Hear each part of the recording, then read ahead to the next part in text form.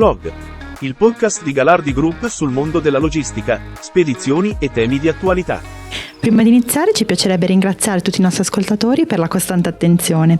Se invece ti sei unito a noi per la prima volta, ti mandiamo un caloroso benvenuto. Nella puntata di oggi esploreremo il mondo della logistica, una funzione cruciale per quanto riguarda le aziende, sia che si intendi piccole imprese che delle multinazionali. Infatti nell'era moderna la logistica si è evoluta ben oltre la semplice movimentazione di merci da un punto ad un altro. Abbiamo il piacere di avere qui oggi con noi Simona Di Napoli, responsabile della logistica inversa nei magazzini di Galardi.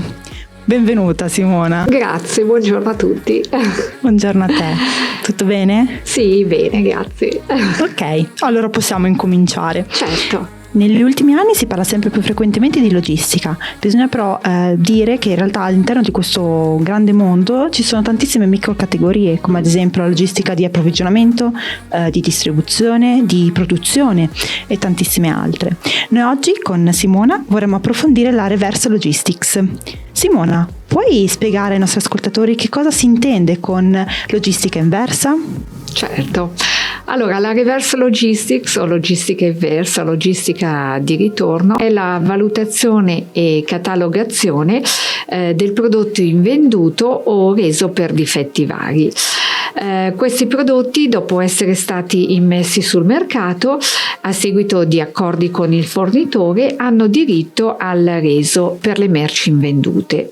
Di conseguenza il nostro obiettivo è quello di rivalutare la qualità del prodotto, del reso e di catalogarlo in base alle loro caratteristiche, come prodotto nato così all'origine, oppure con qualche piccolo difetto, oppure rovinato e non più riutilizzabile. Esistono diverse fasi della logistica inversa, come ad esempio la catalogazione dei resi, la gestione e il mantenimento del movimento dei resi, lo sviluppo anche tecnologico che risulta essere essenziale per poter efficientare della reverse logistics. Ti chiederei quali sono gli step di questa gestione e quali sono le principali richieste che vengono fatte dai clienti. Gli step che si utilizzano per appunto gestire questa accurata procedura vengono catalogati in base al loro stato, ovvero viene effettuata una supervisione e classificato in base allo stato del prodotto. Allora, se lo stato del prodotto è ottimale come all'origine, viene ritenuto conforme e quindi viene riconfezionato ed etichettato, ed è proprio questo processo di etichettatura che è molto importante, in quanto permette appunto di catalogarlo, classificarlo e riconoscerlo molto velocemente tramite l'utilizzo della tecnologia digitale e tramite questi palmari che permettono di riconoscere tramite il barcode appunto le caratteristiche del prodotto conforme. Se invece lo stato del prodotto non è ottimale sia a livello funzionale, esteticamente o come appunto packaging, viene definito da riconfezionare.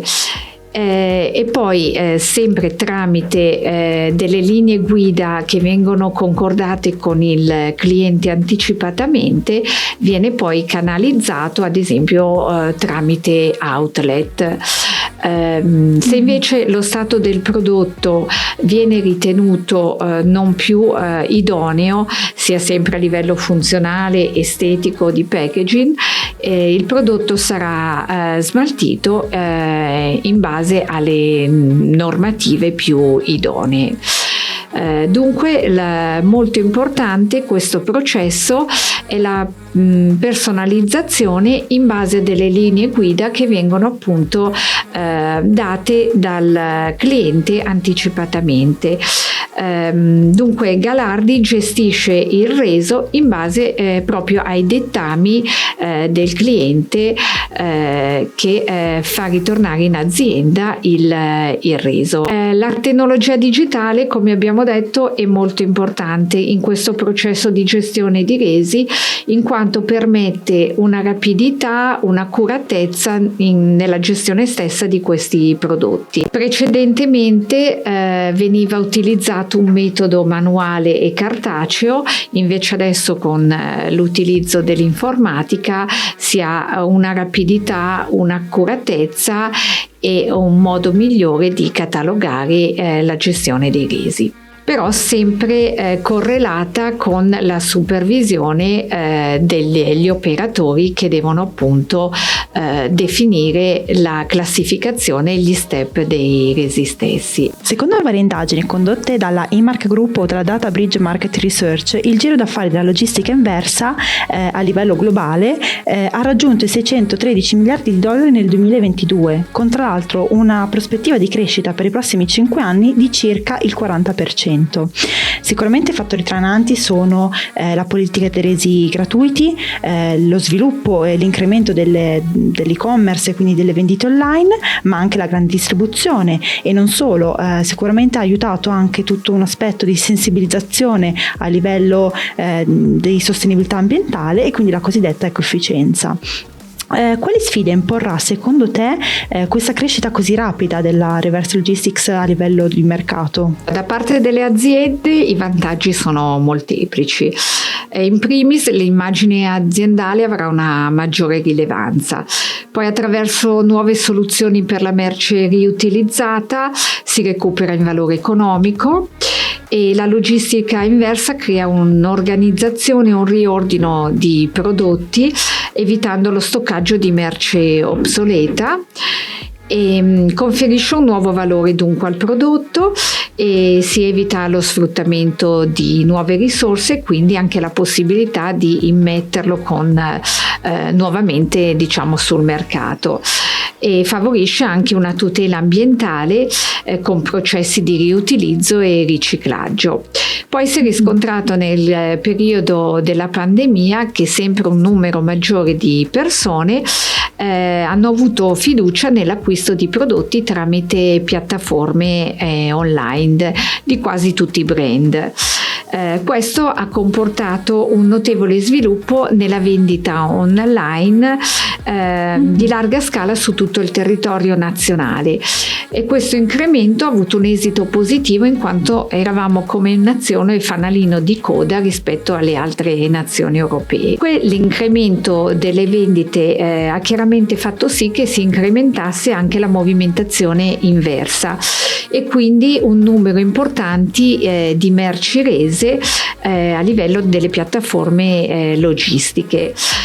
Dunque, visto l'esito positivo di questo sistema con diritto di reso, la logistica inversa trae sempre più dei vantaggi e per il futuro le prospettive sono di continuo incremento e le aziende trarranno sicuramente degli obiettivi benefici. Ok, quindi giusto per ricapitolare un po' il tutto, quello che ci siamo detti in questo episodio.